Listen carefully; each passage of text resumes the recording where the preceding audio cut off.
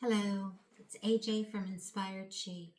I wanted to speak to you about our 90-day prosperity and abundance adventure that's going on now. It's going to, I think we're in our second week right now.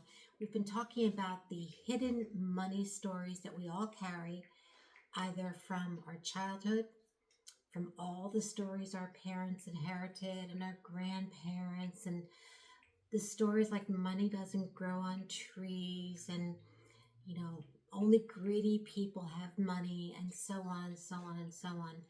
But it's a much deeper discussion. And the good news is you're not responsible for a lot of it. There's stories that we learned, distortions that we learned about our relationship with money. They go back through past lives. So think of all the ancestors you've had, all the situations you've faced in past lives, and they continue today. It's important to remember that when we're speaking of prosperity, we're specifically speaking about wealth, about money, what pays the bills, what books the vacations, what buys us spa days, on and on and on. And abundance can be any number of things. Abundance could be great opportunities coming to you. It could be an abundance of time. And think about this: if you are perhaps an only child, perhaps if you are an adult child still living close to your parents or with your parents, time is one of the things you probably really crave, because as the single one, the one that's so available, you're the one who's doing all the errands. And you don't begrudge any of that, of course, but you're single, so you have more time. No, you really don't.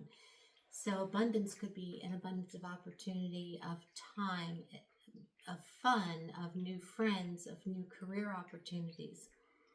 So it's important to distinguish so that when we get to the point where we are setting intentions and perhaps doing a ritual for prosperity or abundance, we want to be speaking about the thing in the way that makes most sense and is most effective. It's interesting. Money comes through your maternal line. So the relationship you have with your mother figure, that's going to be your relationship with money. It stays because of the paternal relationship line. So the relationship you have with your father and his father, and so on and so on and so on, determines what that money story is going to be. I recently was explained to some folks that when we think about that lineage, if money comes to you through the maternal line, but when you were growing up, your mother would say, "Oh, honey, that's a really nice dress.